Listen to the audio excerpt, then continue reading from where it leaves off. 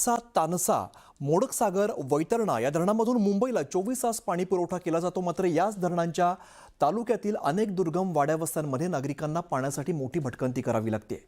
शहापूर तालुक्यातील दापूरमाळ हे 35 घरांचं आदिवासी गाव आज सुद्धा मूलभूत सुविधांपासून वंचित आहे. गावामध्ये जाण्यासाठी रस्ताच नसून केवळ दगडधोंड्यांची 5 किलोमीटरची पायवाट आहे आणि या मार्गावरती साधी सायकल सुद्धा नेता येत नाहीये. आता या दुर्गम भागातील महिलांना पाण्यासाठी डोक्यावरती हंडे घेऊन अनेक किलोमीटर पायी चालावं लागतंय. विशेष म्हणजे गावात पाणी साठवण्यासाठी विहिरी नसल्यामुळे काही समाजसेवकांनी दिलेल्या ड्रममध्ये टँकरचं पाणी साठवलं जात आहे.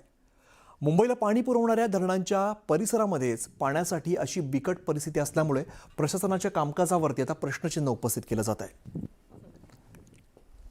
महिलांना डॅमवरती जायला लागतंय आणि वरती जायला त्यांना 2.5 किलोमीटर उतरून जावं लागतंय. तेव्हा ते डोंगर चढून एक हंडा घेऊन पाणी येतात आणि एक हंडा पाणी आणायला पूर्ण अर्धा दिवस जातोय. तेव्हा ते इतर कामं करतील काय?